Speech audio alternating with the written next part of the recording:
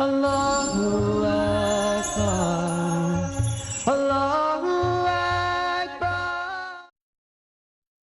قابل احترام ناظرین، نور قرآن کے شائقین، آپ سب کا آج کے اس ایپیسوڈ میں دلی خیر مقدم ہے۔ قرآن مجید کی 22ویں سورت سورہ الحج زیر مطالعہ ہے، اور پچھلے ایپیسوڈ میں آپ کے سامنے یہ بات آئی تھی کہ نبی کریم صلی اللہ علیہ وسلم کے مدینہ تشریف لے جانے کے بعد وہاں پر ایک اسلامی سوسائٹی کے قیام کے بعد آپ کو اس بات کا موقع ملا کہ آپ وہاں اسلام کے احکام کو عملاً نافذ کر سکیں، لیکن چاروں طرف سے مدینے کی یہ چھوٹی سی اسلامی ریاست اور نئی نئی قائم ہونے والی اسلامی حکومت خطرات میں گھری ہوئی تھی۔ چنانچہ مدینے کے ان مظلوم لوگوں کو، جن کو صرف اسلام کا نام لینے اور اللہ کا نام لینے کی بنیاد پر مکے سے نکال دیا گیا تھا، اور جو ہر وقت خطرات میں گھرے ہوئے تھے، جنہیں ایک بہت بڑا کام کرنا تھا، اللہ کے دین کی روشنی کو تکمیل کے مراحل تک لے جانا تھا، خانہ کعبہ کو شرک کی غلامی سے آزاد کرنا تھا، خانہ کعبہ کی، مسجد حرام کی حرمت کو بحال کرنا تھا، اور اس کو دوبارہ مرکز بنانا تھا اسلام کی روشنی کو پھیلانے کا۔ انہیں جنگ لڑنے کی اجازت دی گئی۔ اجازت دی گئی ان لوگوں کو جن کے خلاف جنگ کی جا رہی ہے، کیونکہ وہ مظلوم ہیں۔ جہاں تک اسلام کا تعلق ہے، اسلام کو اپنی بات لوگوں کے سامنے پیش کرنے کے لیے تلوار اٹھانے کی ضرورت نہیں ہے، کیونکہ یہ ایک نظریہ ہے، ایک عقیدہ ہے، ایک ایسا نظام ہے جو انسانوں کی بھلائی کے لیے ہے، لا اکراہ فی الدین۔ لیکن ہمیشہ سے ایسا ہوتا رہا ہے کہ جب بھی کسی نبی نے اللہ تعالیٰ کے دین کی دعوت دی تو مخالفین وہ ظلم پر، تشدد پر کمر بستہ ہو گئے، اور جب کوئی دوسرا تلوار اٹھاتا ہے تو اہل ایمان کو بھی اس بات کی اجازت دی جاتی ہے کہ وہ تلوار اٹھائیں۔ فرمایا گیا، اجازت دے دی گئی ان لوگوں کو جن کے خلاف جنگ کی جا رہی ہے۔ جنگ کرنے والے، زیادتی کرنے والے یہ نہیں تھے، ادھر سے جنگ کا آغاز ہوا، کیونکہ وہ مظلوم ہیں۔ ظلم انہوں نے نہیں کیا تھا، اللہ کے دین کو لوگوں کے سامنے پیش کرنے کے لیے ظلم کرنے کی ضرورت نہیں، یہ تو دلائل کی روشنی میں بات پیش کی جاتی ہے، سمجھایا جاتا ہے۔ ظلم ادھر سے ہو رہا تھا، یہ مظلوم تھے، اور اللہ یقیناً ان کی مدد پر قادر ہے۔ یہ وہ لوگ ہیں جو اپنے گھروں سے ناحق نکال دیے گئے۔ کیا قصور تھا ان کا؟ ان یقولوا ربنا اللہ، اس قصور پر کہ وہ کہتے تھے کہ ہمارا رب اللہ ہے، اللہ کی طرف بلا رہے ہیں، خدا کی طرف بلا رہے ہیں، جھوٹ سے پرہیز کرنے کے لیے کہہ رہے ہیں، اور اس پہ ظلم کیا گیا، گھروں سے نکال دیا گیا، ناطقہ بند کر دیا گیا، مصائب اور آلام کے پہاڑ توڑ دیے گئے۔ پھر اللہ تعالیٰ اپنی ایک سنت کو، اپنے ایک طریقے کو بتا رہا ہے۔ اگر اللہ لوگوں کو ایک دوسرے کے ذریعے دفع نہ کرتا رہے، یہ دنیا میں ہوتا رہتا ہے، کسی بھی قوت کو، طاقت کو، فوج کو کوئی پٹا لکھ کے نہیں دے دیا گیا ہے کہ ہمیشہ اسی کے پاس طاقت رہے گی، نہیں۔ تلک الایام نداولها بین الناس، زمانے کے یہ نشیب و فراز ہیں جن کی اللہ تعالیٰ عدلتا بدلتا رہتا ہے۔ دنیا میں ہم دیکھتے ہیں کوئی بادشاہ آتا ہے، بڑا ظلم کرتا ہے، لیکن بعد میں اس کا خاتمہ ہو جاتا ہے۔ کوئی قوم آتی ہے کالونلسٹ سے، دیکھیے دنیا میں 19 سینچری میں اور 20 سینچری کی شروع تک ساری دنیا پہ ان کا قبضہ تھا، لیکن آخر ان کا اقتدار ختم ہوا، لوگوں کو آزادی حاصل ہوئی۔ تو ایسا کبھی نہیں ہوتا کہ کسی قوم کو مسلسل ظلم کرنے کی اجازت دے دی جائے، کسی فرد کو دے دی جائے۔ تو اللہ تعالیٰ کہتا ہے اگر اللہ لوگوں کو ایک دوسرے کے ذریعے سے دفع نہ کرتا رہے تو خانقاہیں اور گرجا، عیسائیوں کے عبادت گاہیں، معبد، یہاں جو لفظ استعمال ہوا یہودیوں کی عبادت خانوں کے لیے، اور مسجدیں، سجدہ گاہیں جن میں اللہ کا کثرت سے نام لیا جاتا ہے، سب مسمار کر ڈالی جاتی ہیں۔ اللہ ضرور ان لوگوں کی مدد کرے گا جو اس کی مدد کریں گے۔ وَلَيَنْصُرَنَّ اللَّهُ مَن يَنْصُرُهُ، یہاں ایک بات بطور تشریح آپ کے سامنے پیش کر دی جائے کہ سب سے اونچا مرتبہ جو ایک انسان حاصل کر سکتا ہے وہ اللہ کی مدد کرنے کا ہے، حالانکہ اللہ تعالیٰ کو کسی کی مدد کی کوئی ضرورت اور حاجت نہیں ہے۔ اللہ تعالیٰ کو کوئی نہ کوئی سپورٹر چاہیے، نہ کوئی اسسٹنٹ چاہیے، نہ مددگار چاہیے، لیکن ایک آدمی عبادت کرتا ہے اسے ہم عابد کہیں گے، ایک آدمی زہد اختیار کرتا ہے اسے زاہد کہیں گے، ایک آدمی اللہ تعالیٰ کے دین کو دنیا میں پھیلانے کی کوشش کرتا ہے، اللہ کا جو مقصد ہے، اسلام کے آنے کا مقصد کہ اللہ کی بڑائی ہو، اللہ کا کلمہ بلند ہو، تو اسے اللہ تعالیٰ نے بطور اعزاز اپنا مددگار کہا ہے۔ تو یہاں کہہ رہا ہے اللہ تعالیٰ، اللہ ضرور ان لوگوں کی مدد کرے گا جو اس کی مدد کریں گے۔ کیونکہ یہ تو اللہ تعالیٰ کی ذمہ داری تھی کہ وہ براہ راست لوگوں تک اپنے پیغام کو پیش کرتا، لیکن ظاہر ہے براہ راست کوئی آسمان سے آواز آئے ایسے نہیں ہوتا ہے۔ اللہ تعالیٰ اس کے لیے انبیاء کرام کو منتخب کرتا ہے، انبیاء کرام اپنے ساتھیوں کو منتخب کرتے ہیں، اور جو ان کی بات پہ لبیک کہتے ہیں، سب مل کر اللہ تعالیٰ کے دین کی نصرت کی کوشش کرتے ہیں۔ اس لیے اللہ تعالیٰ ان لوگوں کو مددگار قرار دیتا ہے۔ اللہ بڑا طاقتور اور زبردست ہے، اللہ کو کسی اور کی طاقت کی ضرورت نہیں، یہ اعزاز کی بات ہے۔ یہ وہ لوگ ہیں جنہیں اگر ہم زمین میں اقتدار بخشیں تو کیا کریں گے؟ نماز قائم کریں گے، زکوٰۃ دیں گے، معروف کا حکم دیں گے، منکر سے منع کریں گے۔ 4 باتیں بتائی گئیں۔ یہ اسلامی حکومت کا گویا منشور ہے۔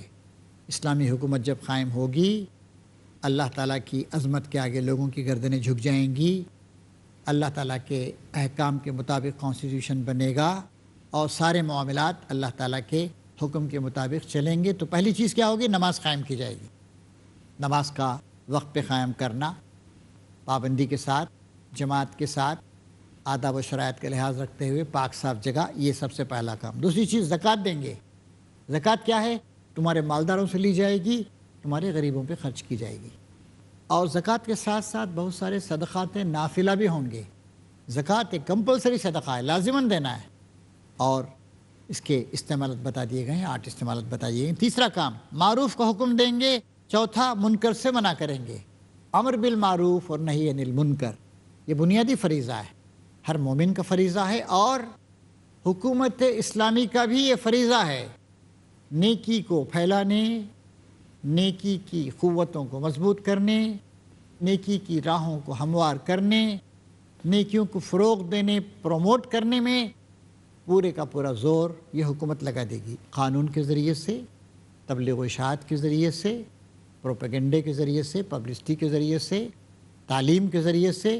الغرض یہ کہ ایک اسلامی حکومت کے جتنے شعبے ہوں گے، وہ سارے کے سارے شعبے نیکیوں کو پروان چڑھانے اور برائیوں سے روکنے، برائیوں کا سدباب کرنے میں مصروف رہیں گے، اور تمام معاملات کا انجام کار اللہ کے ہاتھ میں ہے۔ اب فرما رہے ہیں، اے نبی، اگر وہ تمہیں جھٹلاتے ہیں تو ان سے پہلے قوم نوح اور عاد اور سمود اور قوم ابراہیم اور قوم لوط اور اہل مدین بھی جھٹلا چکے ہیں، اور موسیٰ بھی جھٹلائے جا چکے ہیں۔ ہمیشہ سے ہوتا رہا ہے، جب بھی نبی آیا، حالانکہ سوچیے کتنا بڑا المیہ ہے انسانیت کا۔ نبی تو اچھی باتوں کی تعلیم دیتے ہوئے، توحید کا سبق پڑھاتے ہوئے انسانوں کو اچھے راستے پر لانے کے لیے کوشش کرتا، لیکن ہمیشہ نبیوں کا مقابلہ کیا گیا، جھٹلایا گیا۔ ان سب منکرین حق کو میں نے پہلے مہلت دی، پھر پکڑ لیا۔ اب دیکھ لو میری عقوبت کیسی تھی۔ کتنی خطا کار بستیاں ہیں جن کو ہم نے تباہ کیا ہے، اور آج وہ اپنی چھتوں پر الٹی پڑی ہیں۔ کتنے کنویں بیکار، کتنے قصر کھنڈر بنے ہوئے ہیں۔ کیا یہ لوگ زمین میں چلے پھرے نہیں ہیں کہ ان کے دل سمجھنے والے اور ان کے کان سننے والے ہوتے؟ حقیقت یہ ہے کہ آنکھیں اندھی نہیں ہوتی، مگر وہ دل اندھے ہو جاتے ہیں جو سینوں میں ہیں۔ کاش یہ لوگ تاریخ انسانی سے، زمانے کے نشیب و فراز سے واقف ہوتے۔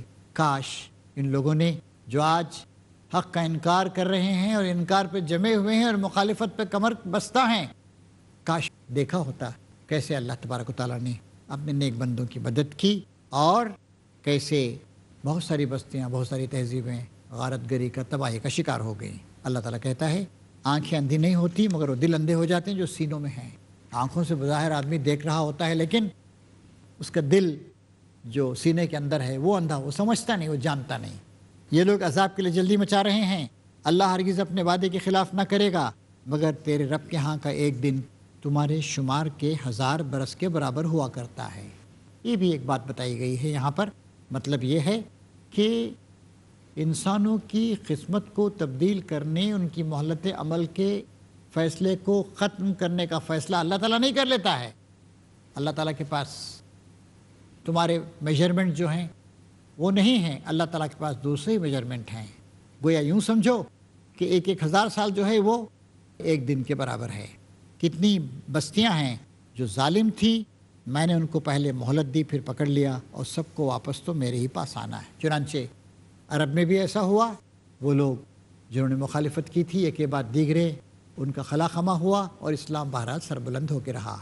حاضرین کرام، اس طریقے سے مدینہ منورہ تشریف لے جانے کے بعد نبی کریم صلی اللہ علیہ وسلم کو تلوار اٹھانے کی اجازت دی گئی، اور مکے کے لوگوں کو اس طریقے سے گویا وارننگ تھی اس میں ایک چھپی ہوئی کہ اگر اب بھی تم نے مخالفت پر کمر بستہ رہنے کو ترجیح دی تو پھر تمہارے ساتھ بھی وہی کچھ ہوگا جو تم سے پہلے کی ظالم قوموں کے ساتھ ہوا ہے، اور اب ہم نے اپنے نبی کو تلوار اٹھانے اور تمہارا مقابلہ کرنے کی بھی اجازت دے دی۔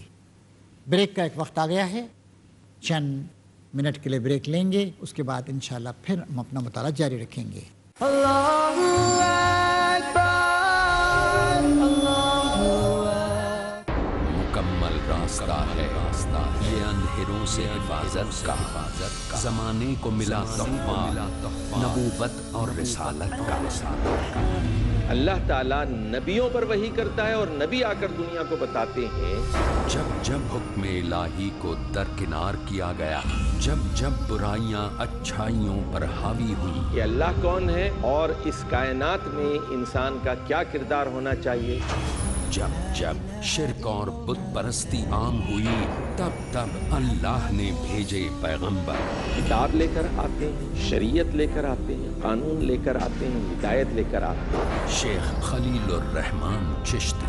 نبی ہو یا رسول ہو، وہ خالق کائنات کا سرکاری ترجمان ہوتا ہے، تاکہ ہو سکے شیطان کے شکنجے سے بندوں کی حفاظت، نبوت اور رسالت۔ اگلا پروگرام پیس ٹی وی اردو پر۔ Allahu Akbar, Allahu Akbar.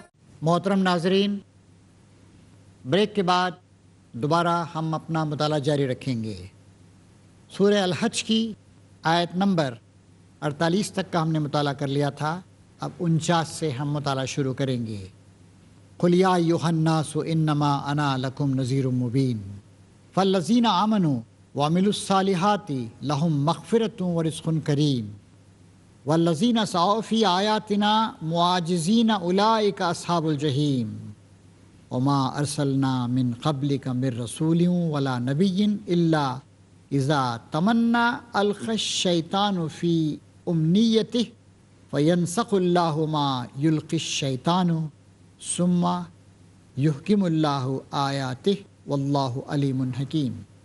اے محمد، آپ پر اللہ تعالیٰ کی رحمت و سلامتی ہو، کہہ دو لوگو، میں تمہارے لیے صرف وہ شخص ہوں جو برا وقت آنے سے پہلے صاف صاف خبردار کر دینے والا ہے۔ زور زبردستی کا کوئی عنصر شامل نہیں ہے۔ حق کو واضح کرنا، باطل سے ممیز الگ کرنا، تمہیں سمجھانا، تمہیں دلائل دینا، انبیاء کرام کی تاریخوں سے سبق دلانا اور توحید کے صحیح ہونے کو واضح کرنا، شرک کی برائیوں سے خرابیوں سے تم کو آگاہ کرنا، یہ میرا کام ہے۔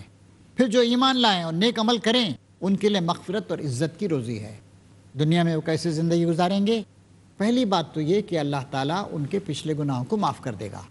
یہ بھی بات ہے، مثلا حضرت خالد بن ولید رضی اللہ تعالیٰ عنہ نبی کریم صلی اللہ علیہ وسلم کی خدمت میں اسلام کی حقانیت کے قائل ہو کر آئے، کہا کہ یا رسول اللہ، میں قائل ہو چکا ہوں اللہ کے علاوہ کوئی عبادت کے لائق نہیں ہے اور آپ اللہ تعالیٰ کے رسول ہیں۔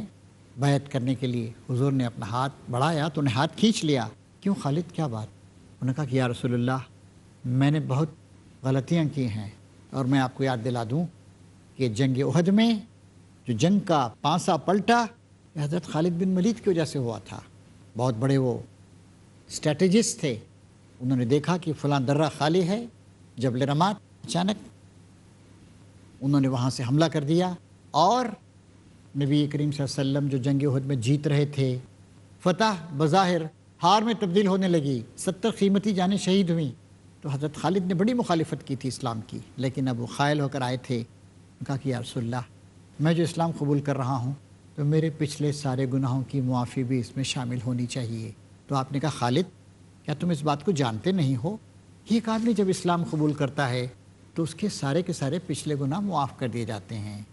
اسلام قبول کرنا، اللہ کے آگے سر اطاعت جھکا دینا، اپنے ہاتھ کو اللہ کے ہاتھ میں گویا دے دینا، یہ اس بات کی علامت ہے کہ وہ اب سارے کے سارے گناہوں سے تائب ہو چکا ہے، اس کی تلافی کرے گا وہ، اور اللہ تعالیٰ پچھلے سارے گناہوں کو معاف کر دیتا ہے۔ پھر جو ایمان لائیں گے اور نیک عمل کریں گے ان کے لیے مغفرت ہے، وہ رزق کریم اور عزت کی روزی۔ رزق کریم کے دو مطلب ہیں، ایک یہ کہ عمدہ رزق دیا جائے گا، دوسری یہ کہ عزت کے ساتھ بٹھا کے دیا جائے گا۔ اور جو ہماری آیات کو نیچا دکھانے کی کوشش کریں گے وہ دوزخ کے یار ہیں۔ اور اے محمد صلی اللہ علیہ وسلم، تم سے پہلے ہم نے نہ کوئی رسول ایسا بھیجا ہے نہ نبی جس کے ساتھ یہ معاملہ نہ پیش آیا ہو کہ اس نے تمنا کی، شیطان اس کی تمنا میں خلل انداز ہو گیا۔ نبی کی تمنا، سب سے بڑی تمنا یہ ہوتی ہے کہ اللہ تعالیٰ کا دین سربلند ہو، لوگ اللہ کی عبادت کریں، لوگ شرک سے بچیں، لیکن شیطان ہر وقت اپنے مختلف ہتھ کنڈوں کے ذریعے سے نبی کی اس تمنا میں خلل ڈالنے کی کوشش کرتا ہے، اور طرح طرح کے اعتراضات، طرح طرح کے شبہات برپا کرنا، طرح طرح کی رکاوٹیں ڈالنا، اور ان لوگوں کی ہمت افزائی کرنا جو کہ نبی کی مخالفت کرتے ہیں، کٹ و جتیاں کرتے ہیں، لڑتے ہیں، جھگڑتے ہیں، جنگ کرتے ہیں، ظلم کے تمام ہتھ کنڈے استعمال کرتے ہیں۔ یہ شیطان کا کام رہا ہے ہر نبی کے ساتھ۔ اس طرح جو کچھ بھی شیطان خلل اندازیاں کرتا ہے اللہ اس کو مٹا دیتا ہے، لیکن اللہ تعالیٰ انبیاء کرام کی پشت پناہی پہ موجود ہوتا ہے اور اپنی آیات کو پختہ کر دیتا ہے۔ واللہ علیم حکیم، اللہ علیم ہے اور حکیم ہے۔ اللہ علم رکھتا ہے کہ کس طریقے سے اپنے نبی کی مدد کی جائے، اللہ حکمت رکھتا ہے کہ کب نبی کی مدد کی جائے، کن لوگوں کے ذریعے سے اس کی مدد کروائی جائے، کیسے کافروں کی کافرانہ حرکتوں کا سدباب کیا جائے، توڑ کیا جائے۔ اللہ تعالیٰ یہ سب کچھ کرتا ہے، اور وہ اس لیے ایسا ہونے دیتا ہے تاکہ شیطان کی ڈالی ہوئی خرابی کو فتنہ بنا دے ان لوگوں کے لیے جن کے دلوں کو نفاق کا روگ لگا ہوا ہے اور جن کے دل کھوٹے ہیں۔ اللہ تعالیٰ کیوں شیطان کو کام کرنے کا موقع دیتا ہے؟ وہ نبی کی تمنا میں، نبی کی کوششوں میں رکاوٹ ڈالے، کیونکہ اللہ تعالیٰ اس کے ذریعے آزماتا ہے۔ فتنہ ہے ان لوگوں کے لیے، کن لوگوں کے لیے؟ جن کے دلوں کو نفاق کی بیماری لگی ہوئی ہے اور جن کے دل کھوٹے ہیں۔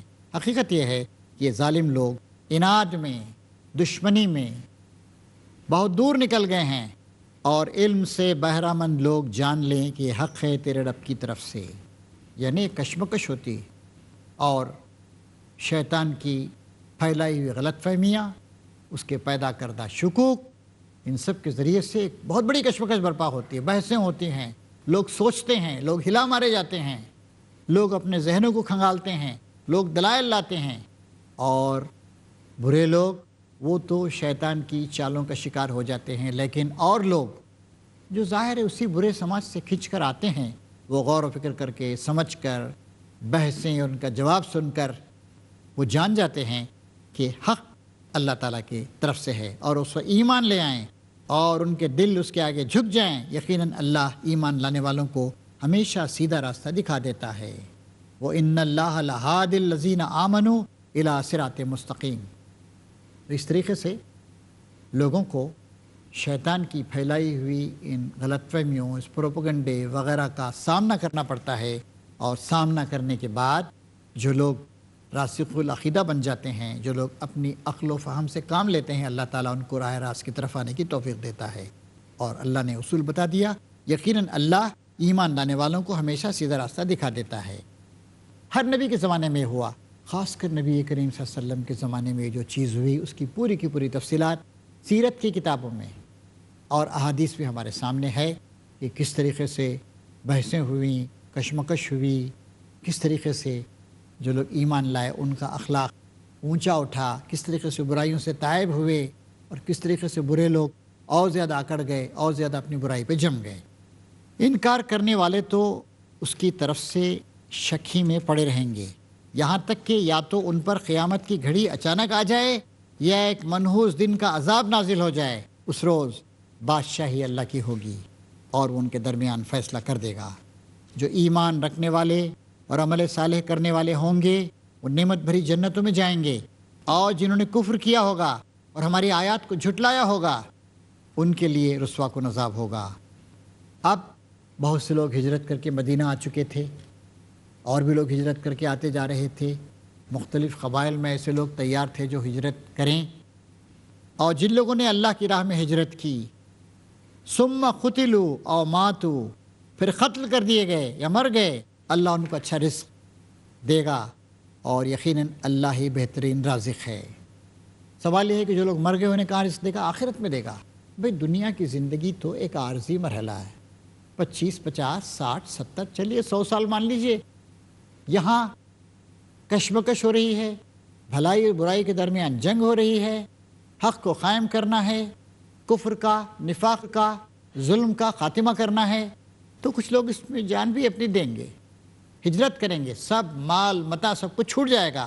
اگر وہ دنیا میں زندہ رہے ہجرت کے بعد، اللہ بہترین پاکیزہ رزق دے گا، عزت والی روزی دے گا، اور نہیں تو آخرت میں رزق دے گا۔ وَإِنَّ اللَّهَ لَهُوَ خَيْرُ الرَّازِقِينَ، اور یقیناً اللہ ہی بہترین رازق ہے۔ وہ انہیں ایسی جگہ پہنچائے گا جس سے خوش ہو جائیں گے۔ وَإِنَّ اللَّهَ لَعَلِيمٌ حلیم، بے شک اللہ علیم اور حلیم ہے۔ اللہ تعالیٰ علم رکھتا ہے کس کے دل میں کیا ہے، کون کتنی جدوجہد کر رہا ہے، اور اللہ علیم ہونے کے ساتھ ساتھ حلیم بھی بردبار ہے۔ کافروں، دشمنان حق، ان سب کی مخالفتوں کو اللہ تعالیٰ برداشت کر رہا ہے بردباری کے ساتھ، ان کو بھی موقع دے رہا ہے۔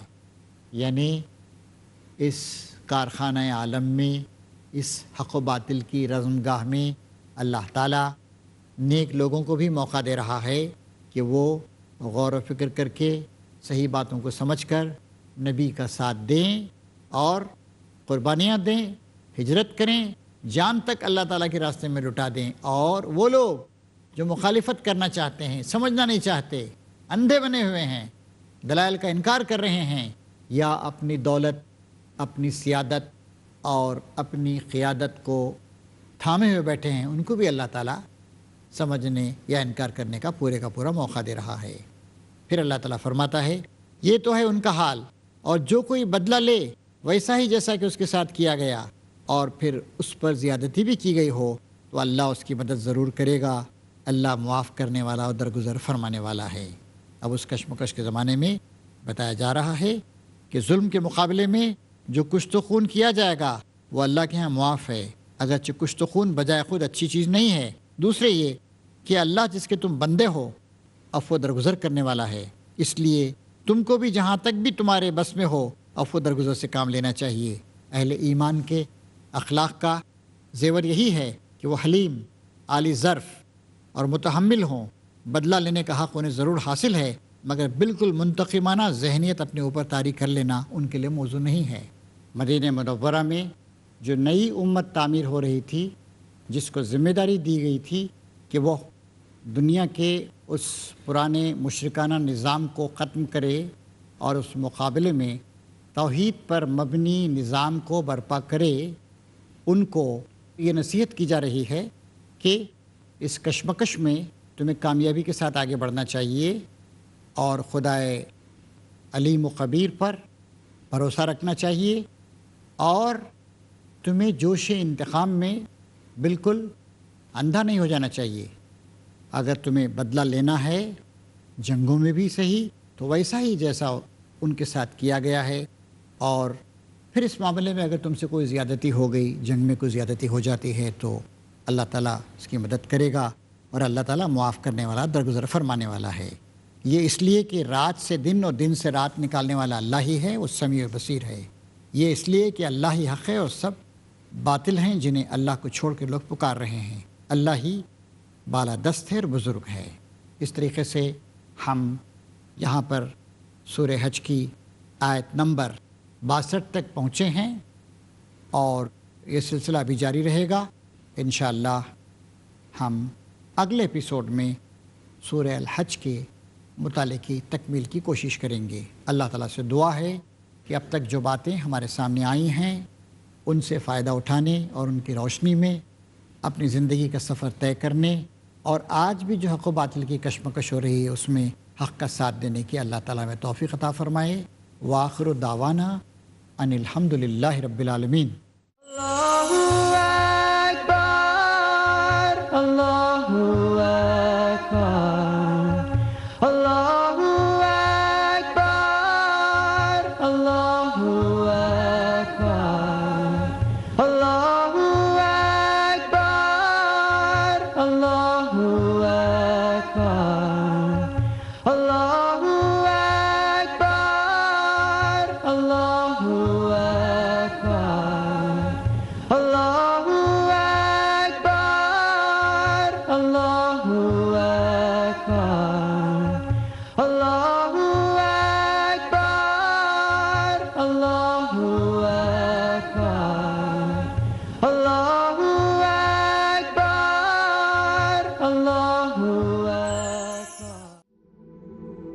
زکوٰۃ کا ادا کرنا ہر صاحب نصاب مسلمان پر فرض ہے۔ ڈاکٹر ذاکر نائک۔ زکوٰۃ ہمارے مال کو پاک تو کرتی ہی ہے، لیکن قابل غور بات یہ ہے کہ ہماری دولت میں اضافہ بھی کرتی ہے، یعنی دونوں طرف سے بھلائی، دونوں جہانوں میں کامیابی۔ اپنی زکوٰۃ دین حق کو پھیلانے میں لگائیں۔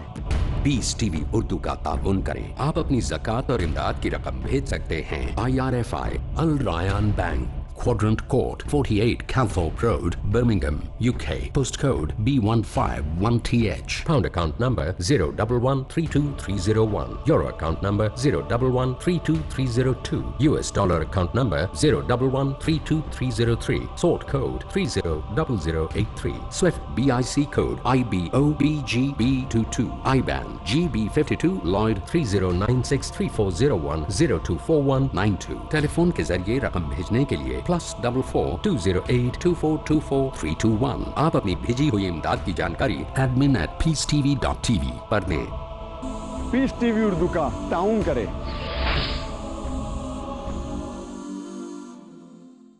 سب طرح کی تعریف اللہ ہی کے لیے ہے جو تمام مخلوقات کا پروردگار ہے۔ بڑا مہربان، نہایت رحم والا، انصاف کے دن